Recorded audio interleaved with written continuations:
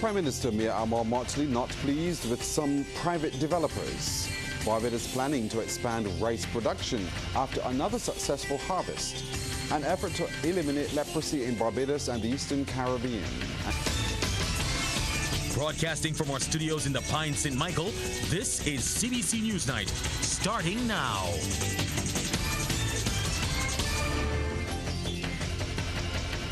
Good evening, I'm Pearson Bowen. There's concern tonight about private developers not fulfilling their obligations when constructing housing projects in Barbados. The issue was raised by Prime Minister Mia Motley during last night's St. Philip Speaks at Princess Margaret Secondary School. Kishmar Saint-Gist has that story. And fortunately, among the issues are the state of roads, flooding and draining in some developments. These were raised by several residents who participated in St. Philip Speaks. I feel badly for those who live on the upper side of me, on the eastern side, because I cannot call it a carrot road. That would be really giving it a good name.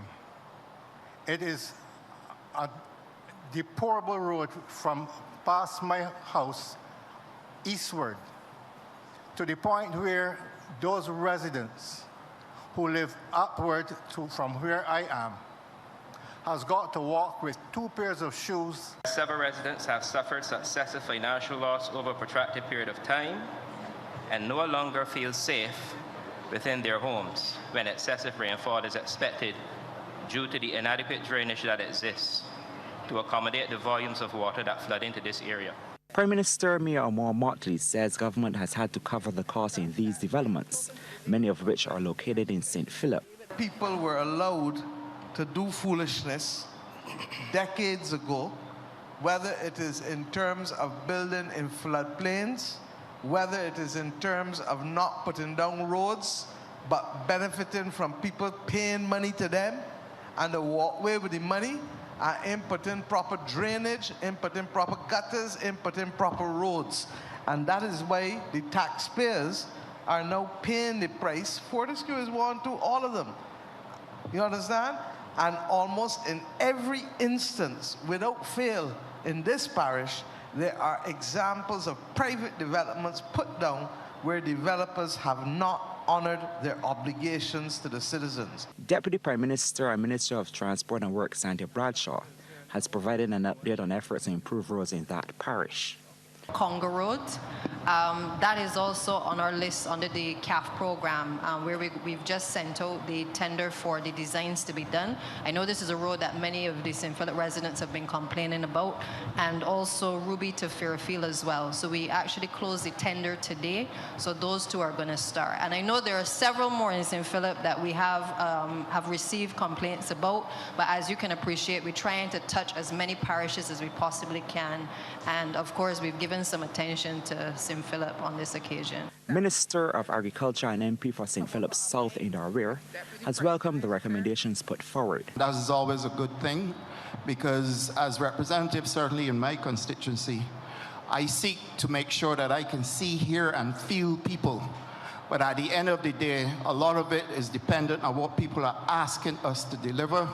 Obviously, government's resources are stretched. We have to prioritize, and what I like tonight is a reasonable conversation that came with recommendations for us to see how we can make St. Philip better. Meanwhile, officials have also assured residents of support for our community-based activities. Kishmar Saint-Gist, CBC News. Plans are in the works to ramp up production of rice across the island. The announcement comes as Barbados reaps its second successful harvest of upland rice. Agriculture Minister Inda Ware shared the plans after a harvesting ceremony at the Barbados Agricultural Development and Marketing Corporation this morning. Rianne Phillips tells us more. Fields of Hunan rice being cultivated here in the parish of St. Philip through a trial project with the government of China. This is the second reaping of a rice crop in this area, and according to Agricultural Minister Inda Ware, it won't be the last. This project then will be expanded next year into the Pine Basin, where there's going to be about 15 acres of land that will allow them to be able to ramp up the production and be able to then give local farmers an opportunity to grow rice as well. So the Chinese are here, they're providing the training. This demonstration plot has proven that we can grow it. So far, last year, it was successful. So they got the 3,000 kilograms projected out of it. This year, again, on the same plot, they're getting back the same results. While the intention to cultivate 15 acres is a significant step, Minister Ware cautions it will not automatically dent the island's seven-figure rice import bill. Let me make this very clear that we're not going to be self-sufficient in rice in the short term, because he did make the point that you need to get up to approximately 150 acres in order for us to tackle, I think it is about 14 million kilograms of rice that we import. And if you were to look at getting up to that, you first have to get up to the first 150 acres of production. In Pine Basin, we're only going to be at 15, so we need to increase that 10 times fold in order for us to be able to get to where we need to get to. And this will take strategic and careful planning, because water will be a big part of this. Hunan rice is being touted for its numerous health benefits and uses in several dishes. Rianne Phillips, CBC News. The National Cultural Foundation says Trinity Clark's placement in the Scotiabank Junior Monarch competition has nothing to do with being penalized for an alleged incident at the venue. Chief Executive Officer Carol Roberts says comments appearing in the media following an alleged incident involving competitor Trinity Clark are unfortunate. Corinne Clark states her daughter was allegedly attacked. She adds Trinity retained the services of Senior Counsel Michael Lashley to deal with the matter. The mother was also heard on Starcom Network's Fireworks radio show relaying the incident. Ms. Roberts' comments come on the heels of a post by Corinne Clark on social media following last night's competition. There simply could be no connection between the two. The incident, the alleged incident occurring, and the contestant being penalized for being in the alleged incident. Ms. Roberts says as soon as she was informed of the incident at the Garfield Sobers Gymnasium, she requested a report from the music officer in charge and others involved, which were received before 10 a.m. She says she had intended to deal with the matter away from the public's eye, but given the circumstances, it has received a lot of public attention. Surprised that what you would have heard this evening from Ms. Corinne Clark varies in very key ways, and what would have been posted earlier on social media varies in very key ways from the reports received by the foundation. Ms. Roberts adds the incident at the Junior Monarch will not affect Trinity's participation in the upcoming Courtesy Garage Pick of the Crop competition. Well, 2023 Junior Calypso Monarch Sakara has reclaimed her crown, while Mr. Showman is the new Junior Soca Monarch. The two walked away with the titles after competing in the 2024 Junior Scotiabank competition at the Garfield Sobers Sports Complex. The Barbados Water Authority has sought to distance itself from a viral video which appears to show a man brandishing a firearm while wearing a BWA reflective vest. The state-owned agency, in a statement last night, said the person in the video is not an employee of the authority. The Barbados Water Authority says it does not condone any such activity or the unauthorized use of its uniforms in such a manner. The Pan American Health Organization is targeting the elimination of leprosy in Barbados and the Eastern Caribbean. Barbados has a lone case under treatment, and St. Lucia has 11. Advisor for Health Surveillance, Disease Prevention and Control, Dr. Prabjot Singh, says PAHO and the World Health Organization offer free leprosy treatment to all countries in the world. Because some of these medicines that are used in the treatment of leprosy are so rare, are so old school, let's say, that they're not really readily produced by companies or many companies. They are produced by specific companies upon WHO, and we try to consolidate the demand from all the countries and then provide these medicines for free to all the countries as and when they're required. So currently, almost all the countries in the Eastern Caribbean who would have had a history of a leprosy case, let's say in the last 5 to 10 years, would have a treatment available. Dr. Singh says there's absolutely no need for panic because the disease is not so easily transmitted. This is a very difficult disease to transmit. You really have to be in very close quarters with the person and for a very long duration of time. So that's why the number of cases that you would see for leprosy are not that high. And also, as a person, if you are immunocompromised, let's say you have a disease, you are on treatment, maybe you have a condition that makes your immune system to go down. Maybe you are taking some treatment. Maybe you have other non-communicable diseases, let's say cancers or other things that usually end up making you do this. Then there is a cause that you might be more predisposed or more likely to get the infection. And in that case, of course, you need to get your guard a little bit higher up. Having said that, usually what we've seen is that this transmission does not happen so easily. A government minister says caretakers, specifically those in private care institutions, should not be paid less than the minimum wage. He stresses this is illegal. Further, Elder Affairs Minister Kirk Humphrey notes a number of people who are hired to take care of the elderly do not have the requisite training or are not paid the requisite remuneration. He was speaking after public concerns were raised that social workers should be paid more if better results are expected. As it stands, I think everybody in Barbados, especially people who are doing care work, should get better compensation. The truth is that care work has traditionally not been seen, and not only in Barbadian society, as important work. In fact, for the most part, care work is free work. Many women and older women who used to stay home and take care of children, when you were counting work, when you were qualifying work, when you were qualifying GDP, that was not seen as a work. So it wasn't given the same level of compensation. I think we have to change that, and to first qualify it as work where it is work, and then secondly to make sure that when people do that kind of work that they get the requisite compensation. Meanwhile, Mr. Humphrey, who is also the Member of Parliament for St. Michael South, wants more private sector entities to give back to the community, just as Packaging Centre continues to do.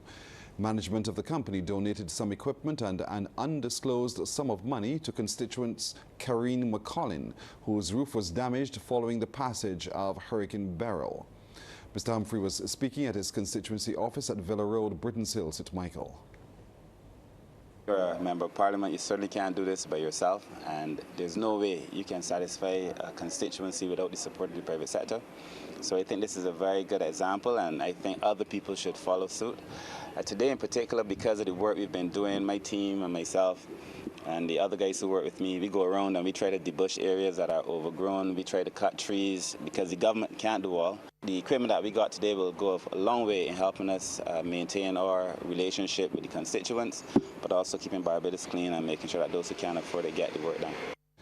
Sales and Marketing Manager Matthew Chu says this is their way of giving back to the country. At the end of the day, Barbados is here and it's our country, so we have to do our best to help out where we can, because if without our people, we wouldn't have a company. Because you all support us, we want to help support you all as well. Additionally, warehouse manager Simon Chu says he and Vivian Fagan got together to offer support after Ms. McCollin's plight became known. And Ms. McCollin recounts the experience, which she described as frightening. She says she and her children were together when the roof in the front house blew off. I feel at ease right now because I know I got a lot more to go, because I just say I lose everything. In the front house part, everything was destroyed and wet and whatever the case may be, but I'm grateful for what I get today. You're still in the house? No, please. Mr. Humphrey and Mr. Dugan assist me with getting some place to stay in White Park Road. Still to come, Guyana calls for increased cooperation from the U.S. in combating smuggling of firearms. If you thought it was a beautiful day sports-wise, then you know you have to pay attention now. Damien Best joins us with a look at Sports Night. Damien, good evening. In cricket news, Jason Holder produced a fine display to lead a West Indies fight back on the opening day of the third and final test at Edgbaston. Holders 59 helped turn the West Indies 115 for 5 into 282 all out. Captain Craig Brathwaite led with 61. Holder then held 2 slip catches as England slumped to 38 for 3 at stumps. Here are the highlights. Well, back in the region, Barbados under-19s defended a small total to beat Jamaica under-19s by 9 runs in the West Indies Rising Stars men's under-19 50-over championship being played in St. Vincent today. Winning the toss and batting at Park Hill playing field, Barbados were bowled out for 126 in 35.5 overs. For Jamaica, spinner Tamari Redwood snapped up 5 for 34, while Micah Greenidge top scored with 21.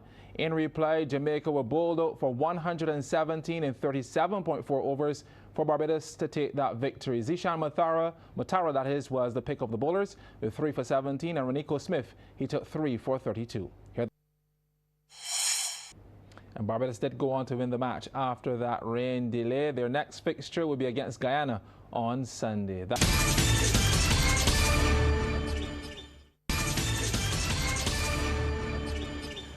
In business now, Prime Minister Mia Amor-Motley has welcomed news the European Investment Bank and Inter-American Development Bank have approved guarantees to support climate and fiscal resilience. Guarantees totaling $300 million have been approved to support an innovative debt for climate operation.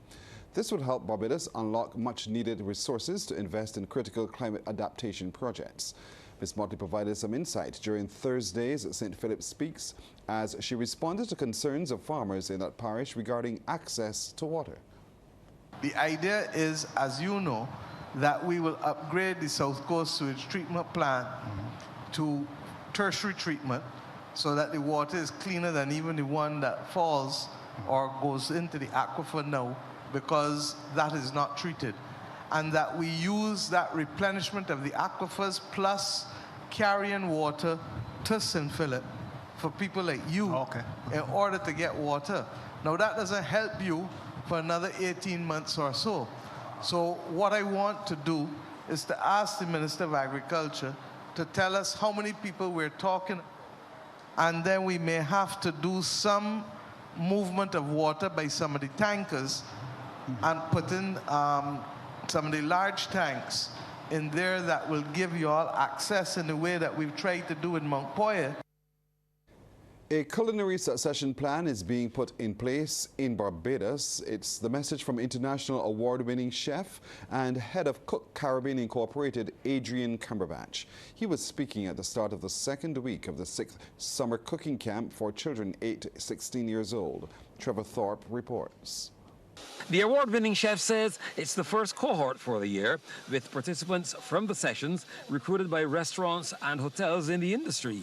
He says the training also prepares others to go further afield. This year we went back into 2 camps, or 2 cohorts, we like to call it.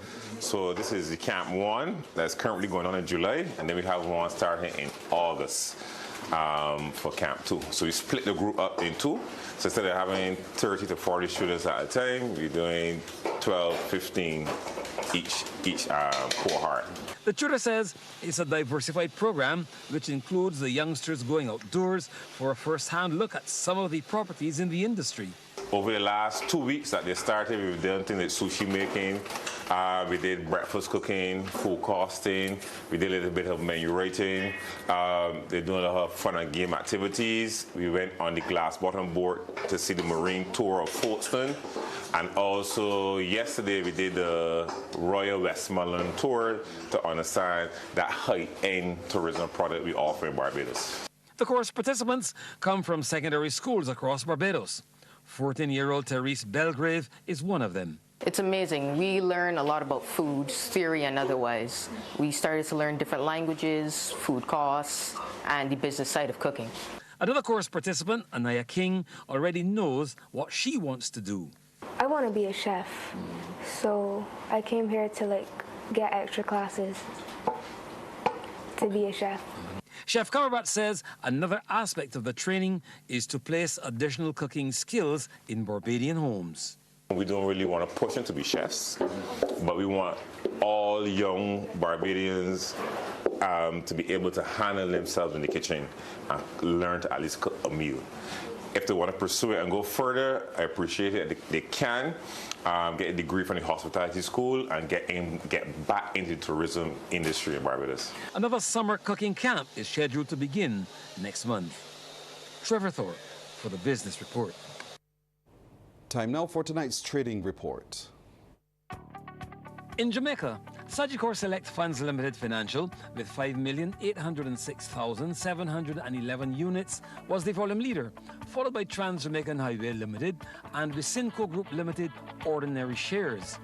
In Trinidad and Tobago, Massey Holdings Limited was the volume leader, with 318,218 shares changing hands for a value of Trinidad and Tobago $1,139,539.74, followed by First Caribbean International Bank Limited. And here in Barbados, First Caribbean International Bank was the sole security, trading 41 shares at Barbados $2.19 each.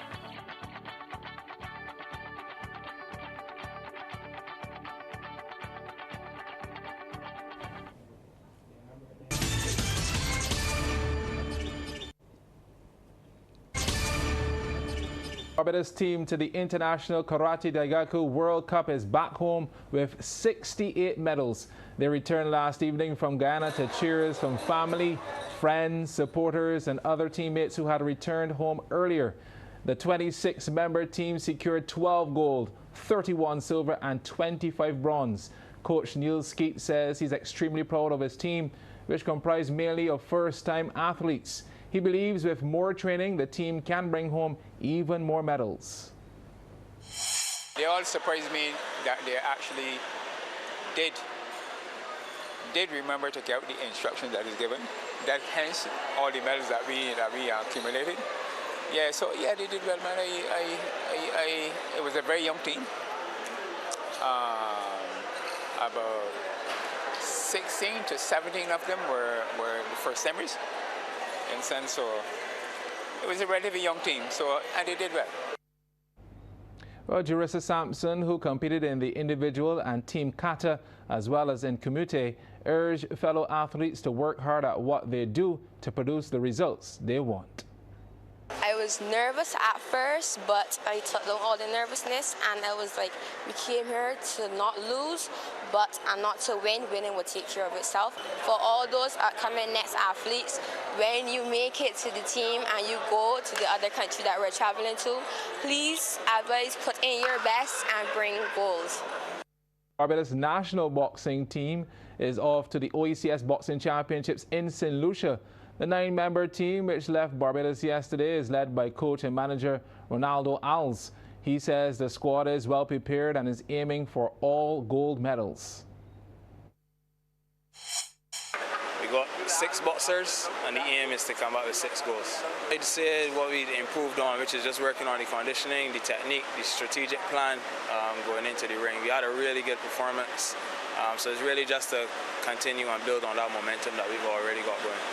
I understand that Trinidad is supposed to be present.